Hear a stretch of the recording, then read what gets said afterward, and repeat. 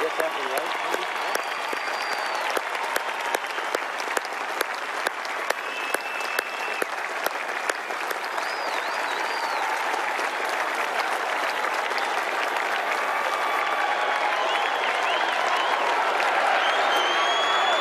Chief Justice Roberts, President Carter, President Clinton, President Bush, President Obama, fellow Americans, and people of the world, thank you.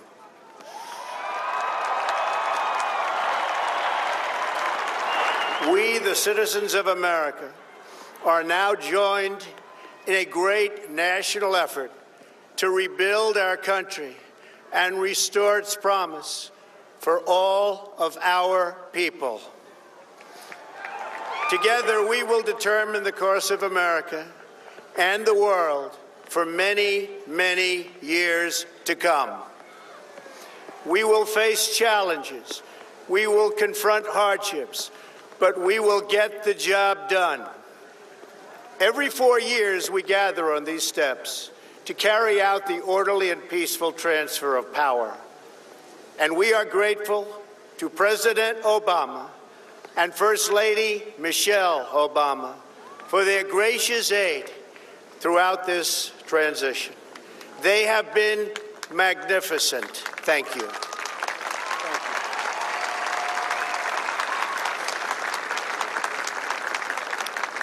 Today's ceremony, however, has very special meaning, because today we are not merely transferring power from one administration to another or from one party to another, but we are transferring power from Washington, D.C., and giving it back to you, the people.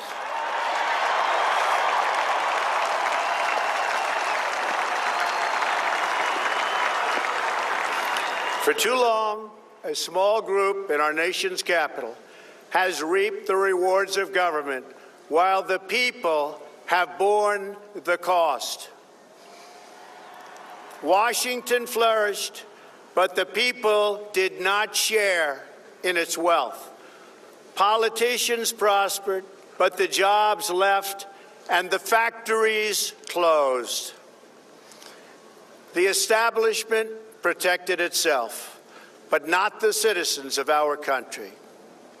Their victories have not been your victories. Their triumphs have not been your triumphs. And while they celebrated in our nation's capital, there was little to celebrate for struggling families all across our land.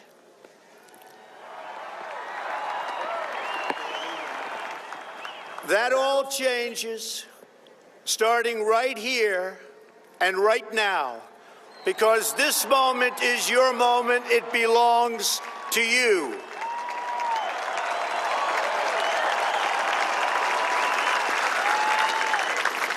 It belongs to everyone gathered here today and everyone watching all across America.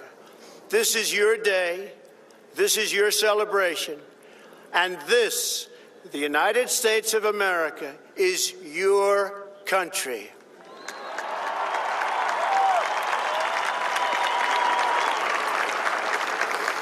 What truly matters is not which party controls our government, but whether our government is controlled by the people.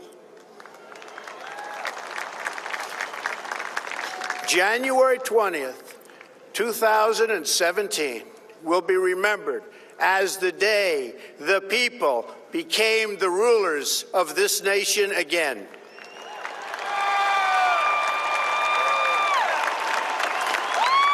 The forgotten men and women of our country will be forgotten no longer. Everyone is listening to you now. You came by the tens of millions to become part of a historic movement, the likes of which the world has never seen before. At the center of this movement is a crucial conviction that a nation exists to serve its citizens. Americans want great schools for their children, safe neighborhoods for their families, and good jobs for themselves.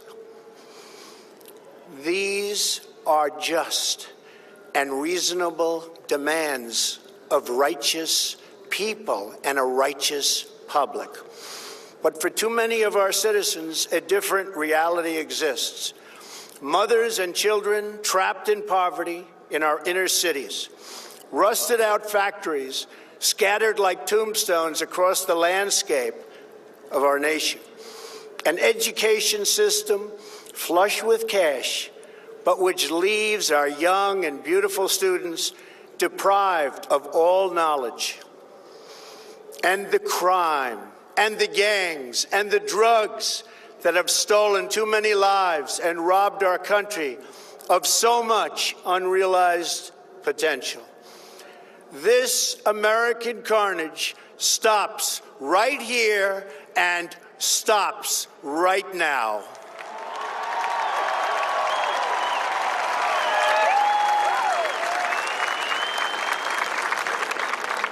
We are one nation, and their pain is our pain. Their dreams are our dreams, and their success will be our success. We share one heart, one home, and one glorious destiny. The oath of office I take today is an oath of allegiance to all Americans.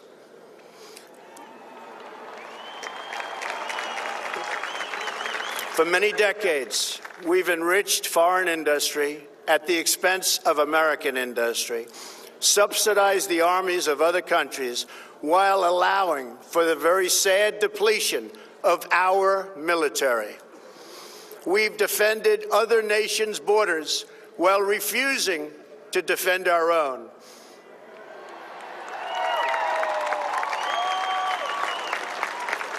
And spent trillions and trillions of dollars overseas while America's infrastructure has fallen into disrepair and decay.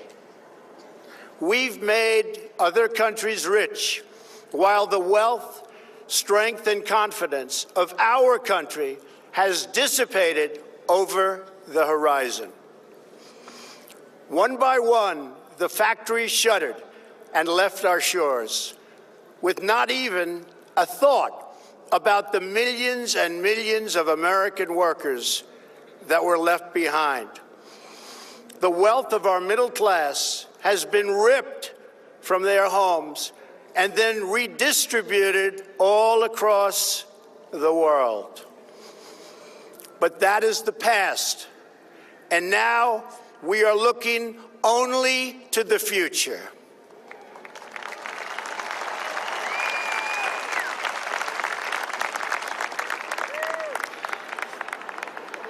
We assembled here today are issuing a new decree to be heard in every city, in every foreign capital, and in every hall of power.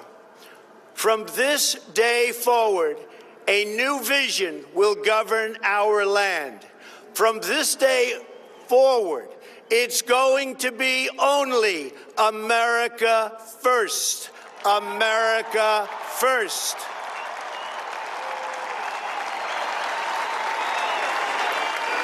Every decision on trade, on taxes, on immigration, on foreign affairs will be made to benefit American workers and American families. We must protect our borders from the ravages of other countries, making our products, stealing our companies, and destroying our jobs.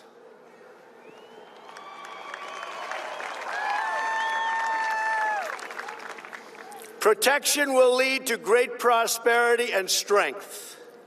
I will fight for you with every breath in my body, and I will never, ever let you down.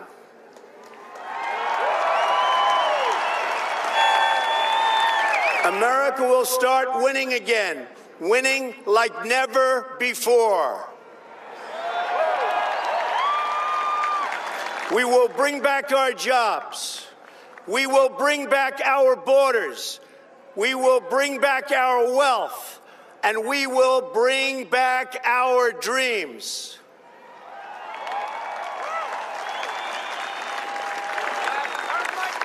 We will build new roads and highways and bridges and airports and tunnels and railways all across our wonderful nation. We will get our people off of welfare and back to work, rebuilding our country with American hands and American labor.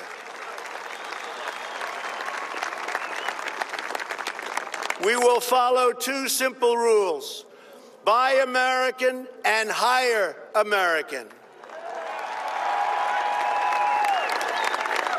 We will seek friendship and goodwill with the nations of the world, but we do so with the understanding that it is the right of all nations to put their own interests first.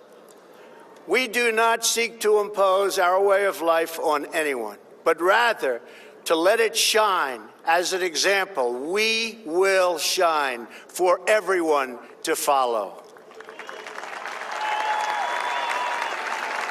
We will reinforce old alliances and form new ones and unite the civilized world against radical Islamic terrorism, which we will eradicate completely from the face of the earth.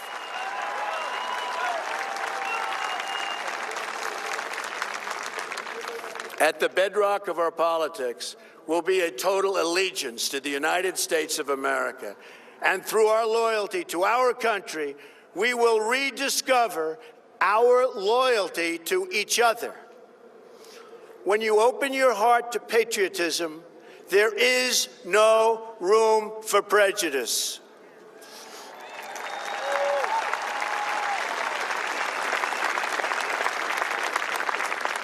The Bible tells us how good and pleasant it is when God's people live together in unity. We must speak our minds openly, debate our disagreements honestly, but always pursue solidarity. When America is united, America is totally unstoppable.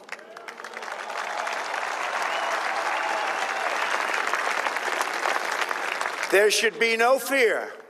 We are protected, and we will always be protected. We will be protected by the great men and women of our military and law enforcement. And most importantly, we will be protected by God.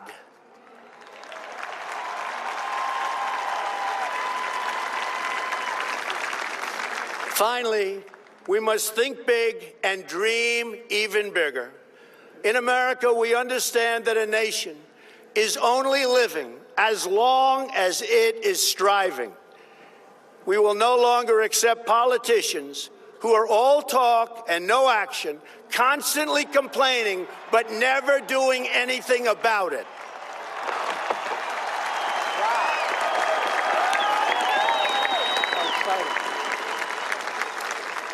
The time for empty talk is over. Now arrives the hour of action.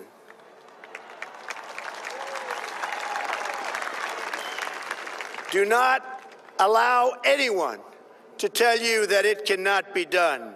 No challenge can match the heart and fight and spirit of America. We will not fail. Our country will thrive and prosper again.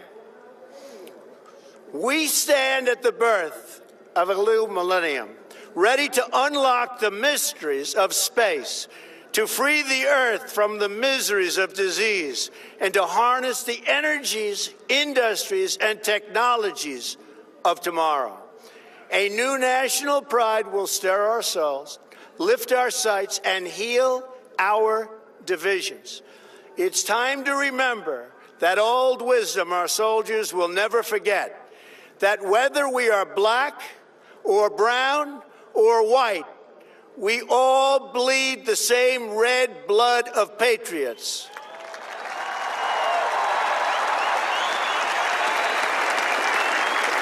We all enjoy the same glorious freedoms, and we all salute the same great American flag.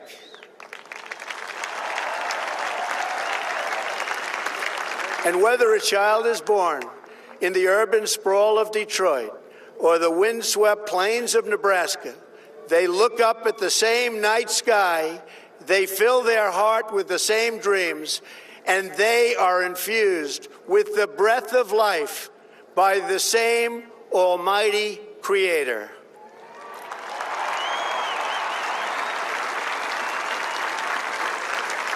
So to all Americans in every city, near and far, small and large, from mountain to mountain, from ocean to ocean, hear these words: you will never be ignored again.